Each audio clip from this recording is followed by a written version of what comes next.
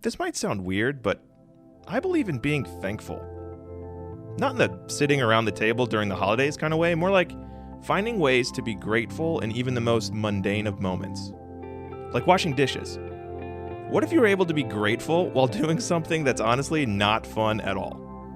Instead of being upset that you're the one that got stuck with the task, why not be thankful for these plates that have served some amazing food, that have brought loved ones together for years? If anything, you are preparing for the next great meal. This job is a pleasure, not a burden. So a challenge for you this week, find something to be oddly grateful for. Something at work, something at home. Change your perspective on one little thing and see how that affects your perspective on other things. I'm Neely Atkins, and we are The Recognition.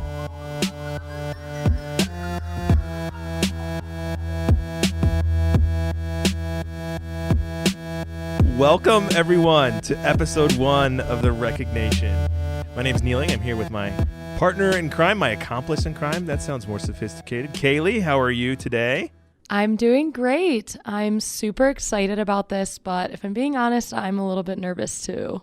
A little nervous. That's fair. Feelings mutual. I mean, we've been looking forward to this episode for a very long time. The fact that we're doing it here right now in this moment is just like, it's just so awesome. So we'll get to our guest in a moment, but first a little housekeeping.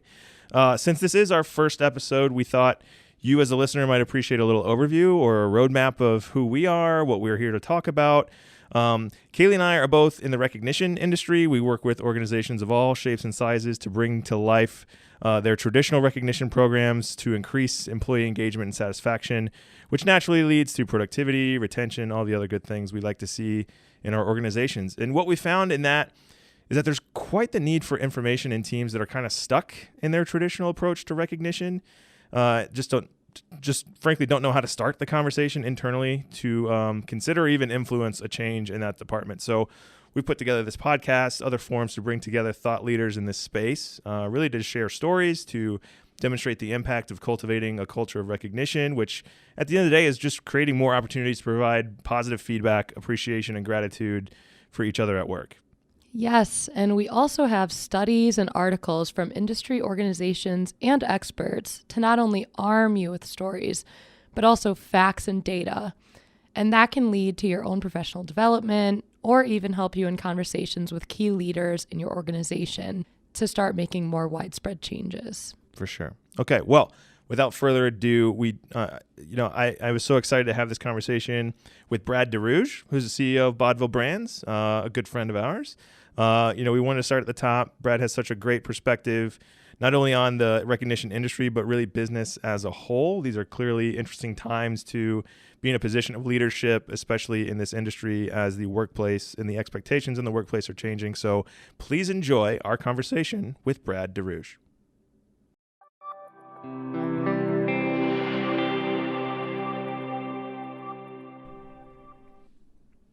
All right, I'm really excited for our first guest on the Recognition podcast. We have Brad Darooge in the building, who's the CEO of Baudville Brands. Baudville has been helping people in organizations recognize each other for nearly 40 years, which is incredible. It also pays all of our checks, so thank you, Brad, and also Mr. Baudville, wherever you are today. Brad, how are you doing today? How are you feeling? Wonderful. It's a beautiful morning in Michigan here today. Awesome. Winter in Michigan is just one of those things, right? You have these beautiful summers, and then there's winter. But you're a winter guy, though, right? You like to get out and about. Winter guy. If you're going to live in Michigan, you might as well learn to love winter, and I do. It's perfect. Yeah, Kaylee and I were talking earlier about this concept of friluftsliv. Have you heard of friluftsliv? I think I saw Kaylee post something about it when she was jumping around outdoors in the winter. That's correct. Yes. That was my idea, by the way. But it was Neely's idea. Asking me if I remember what it means exactly, something about enjoying the outdoors. Nailed it. Yeah, it's all about enjoying the outdoors regardless of the weather. It could be a blizzard outside, it could be 90 degrees hot, but it's just about getting outside and enjoying the weather no matter what. There you go. Well, and if you live in Seattle in certain times of year or in Arizona in August, there's undesirable weather everywhere at some point. It's a great point. Definitely. Just got to embrace it. And do what again? Verlutsliv. Verlutsliv. It's kind of hard to say. There we go. It's easier to feel than to say, so we'll roll with that. So, Brad, I want to get into this a little bit. I obviously have plenty of experience in the recognition industry as a whole. Kind of growing up in the business, at least from a distance, seeing the evolution there. We're obviously in a very interesting moment today as a HR or people leader of an organization. Where did we come from? Like, how did we get to this point? And I guess I'm taking a longer play here. Where did this idea of employee recognition get its roots? And I'm not saying a first person account necessarily, but give us sort of the picture of, 80s, 90s coming up. We have these long tenured employees that are so proud of, their 50-year watch as an award for their service, people that are retiring with the same companies that they started with. Clearly a very different relationship that employees had with their organizations back then to what we see now. Can you just walk through a couple of maybe milestone moments or, an overall evolution of that relationship over the last couple of years? Yeah, over the last few decades, I guess. I mean, I think that the confluence of two sort of the early aspects of recognition were certainly that which you mentioned, long years of service programs that have existed for a long time and pre-existed us. Those programs were generally milestone anniversary programs, 5, 10, 15-year programs that were, I think, amplified by our federal government when they supported the gifting to employees through 274J, a tax law that provided tax benefit to companies to provide that recognition. So I think that really, as the government can do sometimes, do good and have one stroke of the pen have a big impact.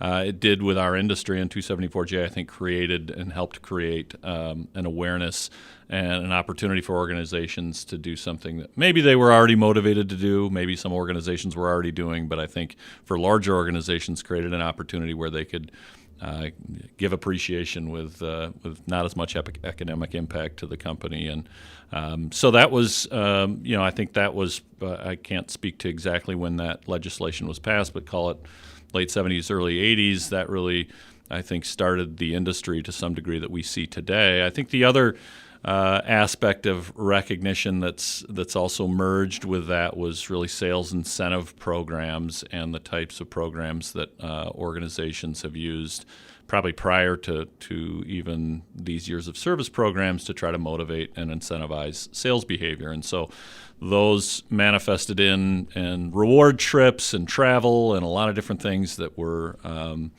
obviously commissions and bonuses and those things, but also tangible rewards for achievement. The automotive space and rings and watches and whether different industries had different incentive programs, and so I think those two seeds of our industry were kind of the foundation for what you see today. For us, our entree into the recognition space was through the education market, and so our software product that we released in the mid to late 80s, Award Maker was largely a product that was designed and developed to support the education industry. And, of course, we've all hopefully been through school and we've received an award or a certificate, or whether that was for participation or hopefully, in the case of obviously you two, honor roll or academic achievement. That's where we really entered the recognition space, not so much as an employee recognition company, but a student recognition company, and evolved from there. And it was obviously a natural progression to that organizations were doing some of those same things too, and moved from paper and printed awards to tangible gifts and recognition products that the Baudville brand has been known for many, many years. So fast forward, what are some of the other points along that road of how this industry has evolved, and at least how we've observed it evolve.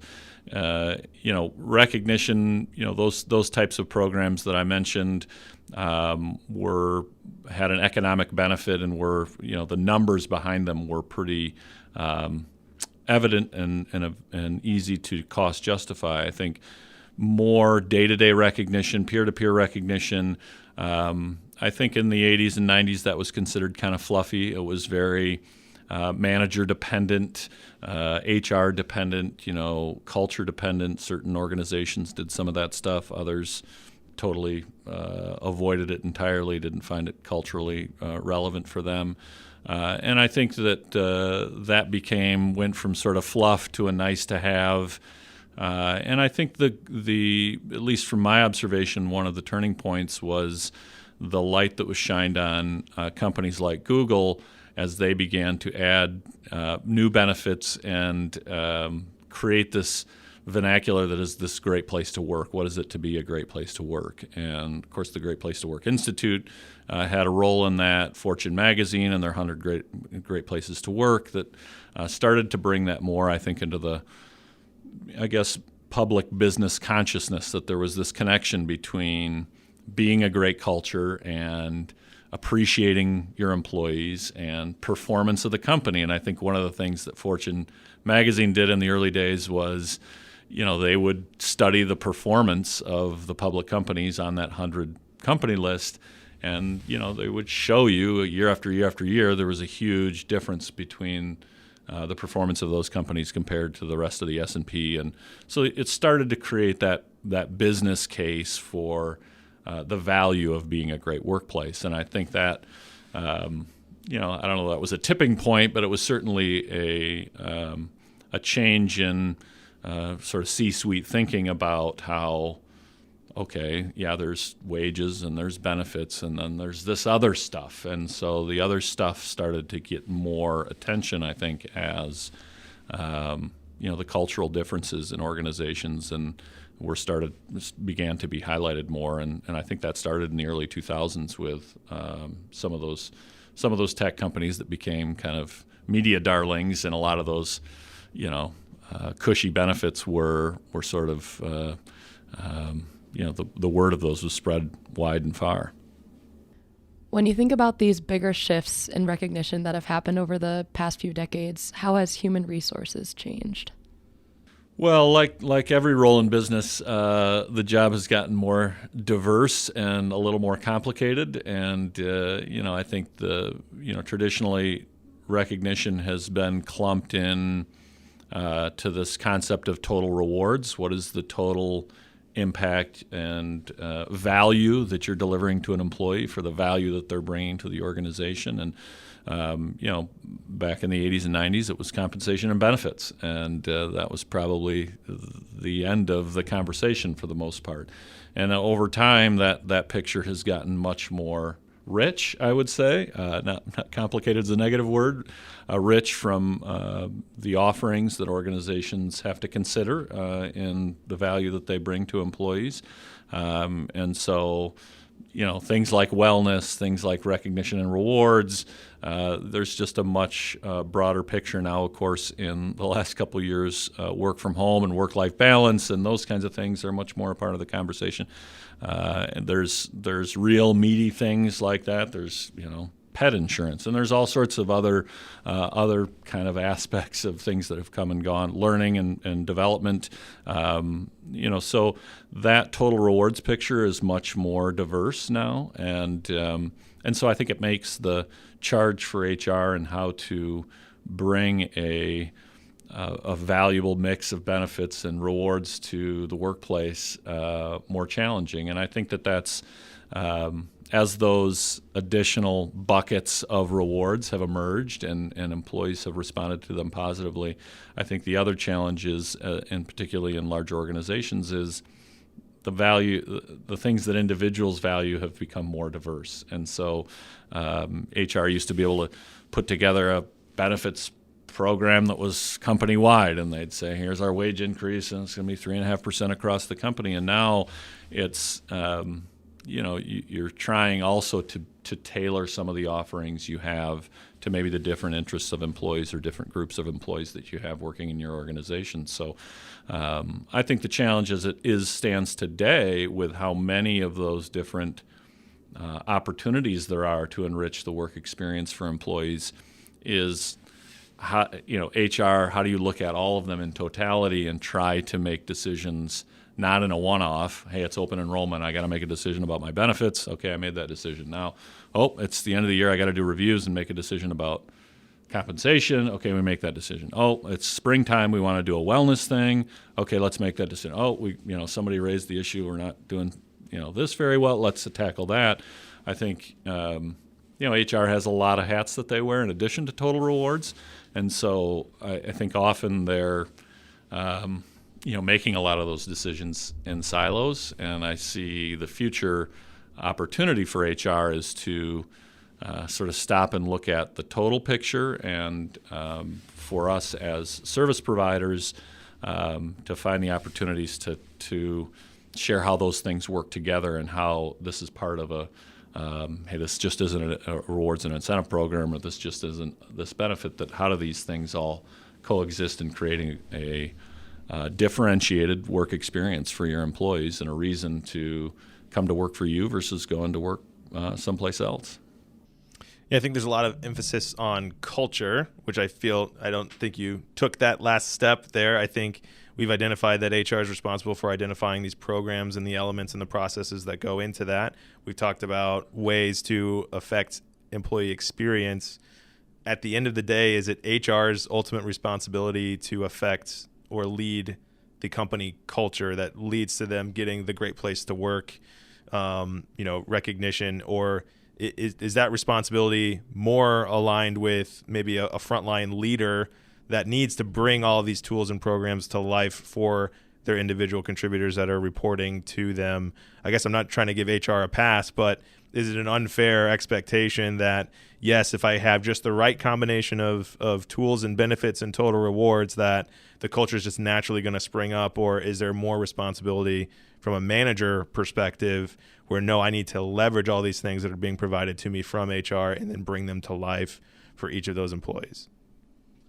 Yeah, I think to some degree you're right. HR does deserve a pass in being solely responsible for culture. I think it starts with the C-suite and the senior leaders in the organization and the tone that they set. But at the end of the day, people work for people and managers, not so much corporate entities. And so I think you hit the nail on the head that HR has a big responsibility to select and put together, those rewards and those offerings, and communicate them to the managers from on high to middle and down low, and hold them accountable to understanding and knowing what they are. But at the end of the day, I think culture is defined by all of those managers and leaders in the organization, and what those interactions look like day in and day out.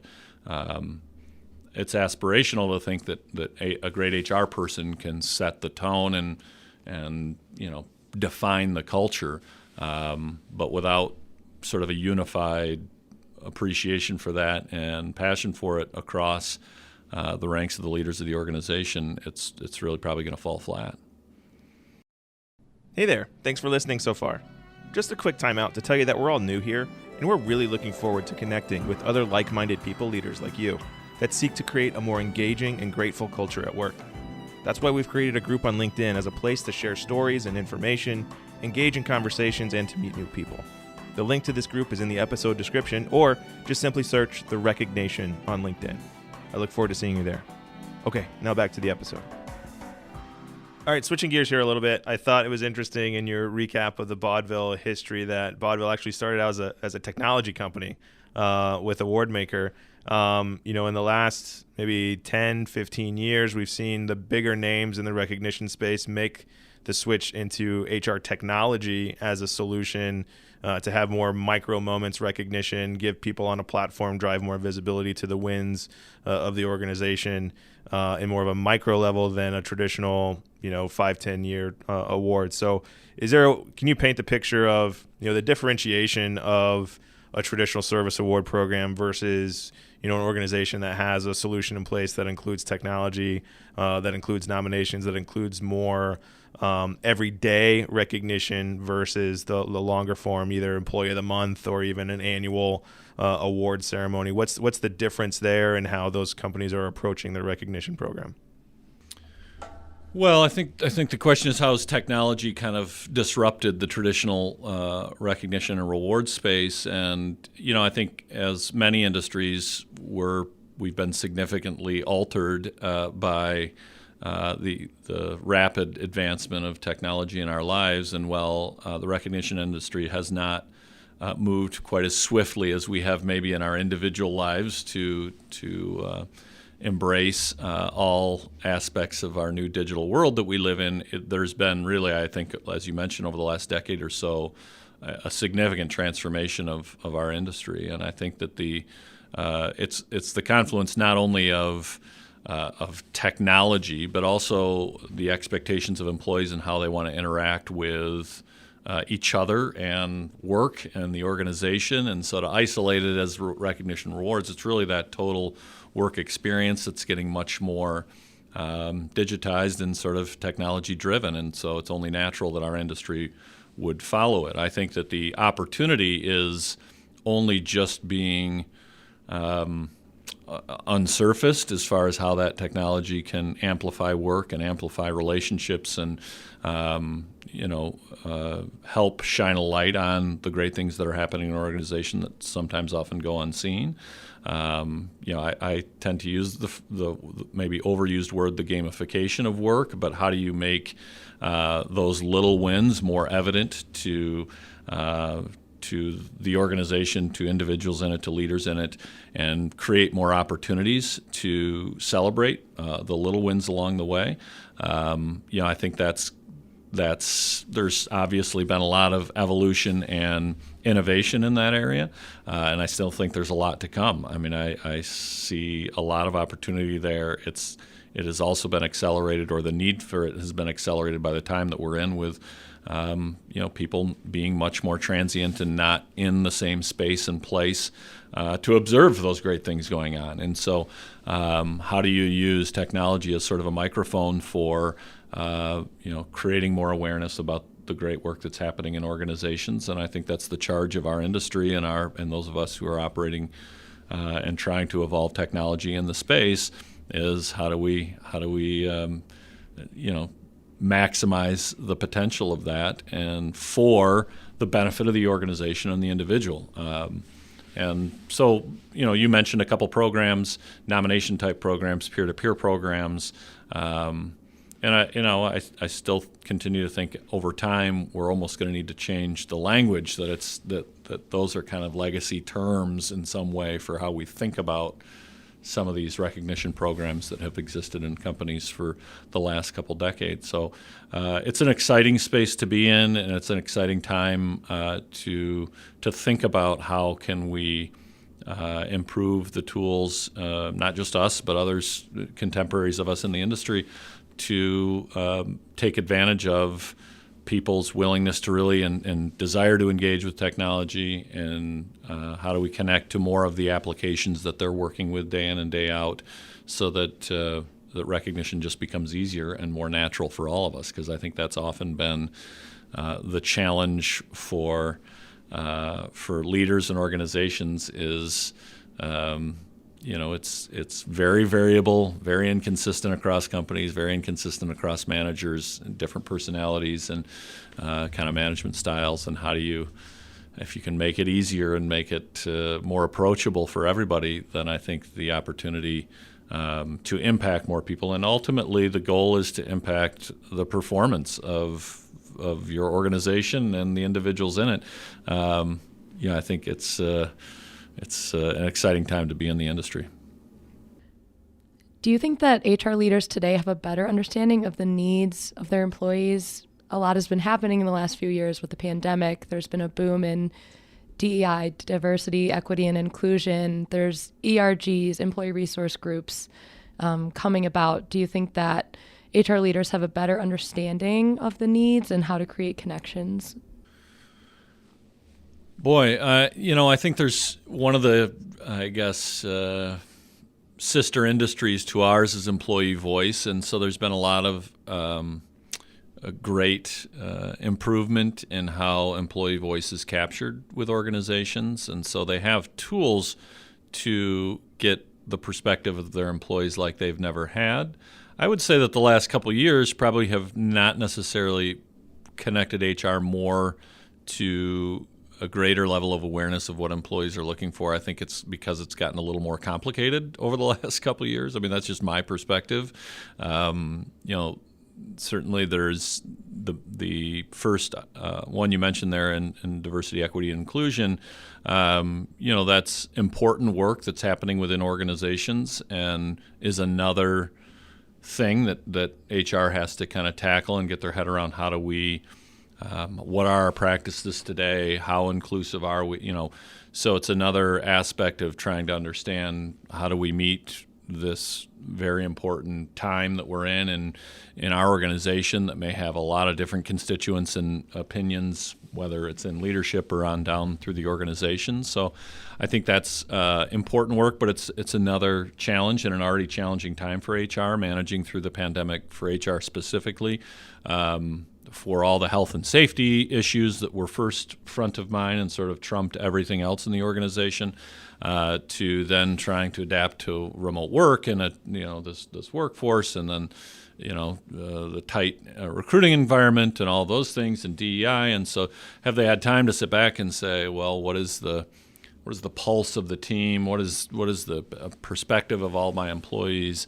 I think, as I mentioned somewhere earlier, just the diversity of different perspectives in organizations has grown, and maybe that diversity always existed, but it's expectation that it's going to be heard and it's going to be met where they are, and there's going to be a response to that. I think it's ratcheted up the bar for HR in a time where maybe they're not getting more resources to pursue those things. So I think it's my heart goes out to HR professionals across the globe over the last couple of years. Having certainly had a lot of interaction with my own here, it's been a tough time to have so many different new things that are important for HR to be focused on, but also have all of the responsibilities that they've had before. I think that technology has helped a lot, so it's a great thing that we've been through the revolution that we've been through over the last couple decades. The systems and tools that HR has at their disposal to, like I mentioned, to get employee voice, to handle a lot of, whether it's performance reviews or one-on-ones, or a lot of the technologies that have come to the marketplace, I think make HR's job easier. But my suspicion is that a lot of people are on that learning curve, have been working towards achieving a lot of those things, and then all of a sudden got this tidal wave of new issues and things that they're having to encounter. So HR deserves a gold star and maybe a trophy from Baudville. But I think over the coming, as this moment we're in starts to settle and we kind of figure out where the new norm is, I don't think we've quite gotten there yet. I think then HR will have the ability to have that opportunity to get their arms around that total picture of employee expectations and how to better meet them going forward. So, Brad, as a CEO in the recognition space, you kind of have a unique perspective as both a people leader for your organization, but also a partner for other people leaders. What advice would you give to other leaders of organizations when it comes to employee experience? I mean, to be a perennial great place to work, the best and brightest, all the things, what's your perspective, or what's the advice, or what's the thought starter for a leader of an organization that might be experiencing incredible growth and are losing their small startup feeling of culture and connection, or that 2020 forced them into a disparate hybrid reality that maybe they weren't prepared for, and it's had an impact? Are there any foundational thoughts that you have from CEO to CEO that might be helpful, considering as we're still finding out what this new normal looks like? I guess the thing I would say is that, and maybe they're a little at conflict, but is an organization's values and individuals' values shouldn't be fungible, or shouldn't change at their core. Who an organization is, what you represent, how you approach leadership, the values that you bring to that work and that have gotten you where you are. those things are things that certainly for myself and for our organization we leaned on during the last couple of years that were made more relevant and maybe you're reminded of the importance of.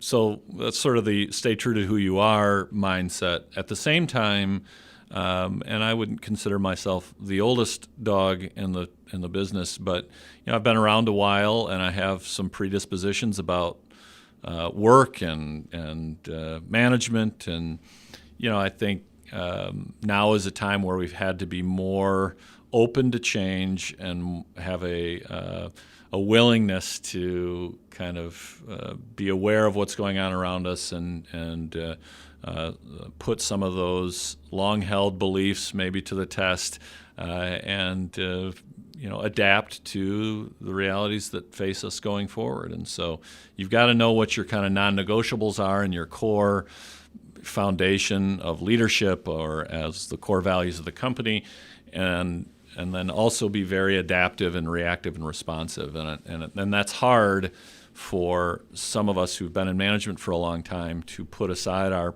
perspectives about some of the things that we believe strongly about work and about the value of being on site, for instance, or certain things that we've come to believe strongly over a lot of years that now are sort of tipped on their head, and it's tough to kind of push those aside. But we've got to be very conscious of the reality that change is happening. I'm not sure I could quote Moore's law, but it's happening to us in our lives and in business. Change is just happening faster than it ever has, and if we can't adapt to it, we're going to get passed by. So be and you have to embrace it with sort of a positive energy and sort of maybe a little bit of a sense of humor too, because there's a lot of certainly in the early days of there was a lot of negative aspects to a lot of what we've had to deal with.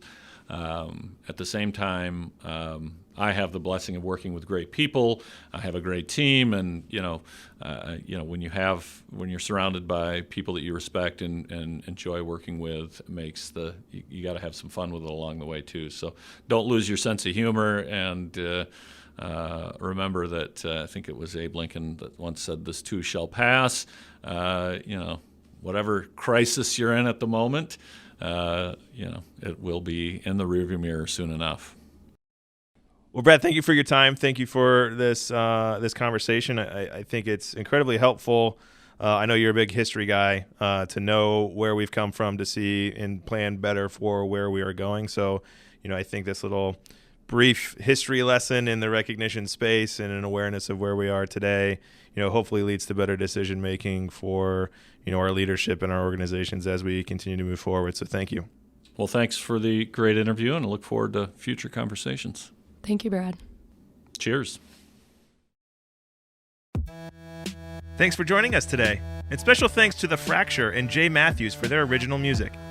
Stay tuned for more episodes coming out every week that will touch on the topics that are important to HR and people leaders like you.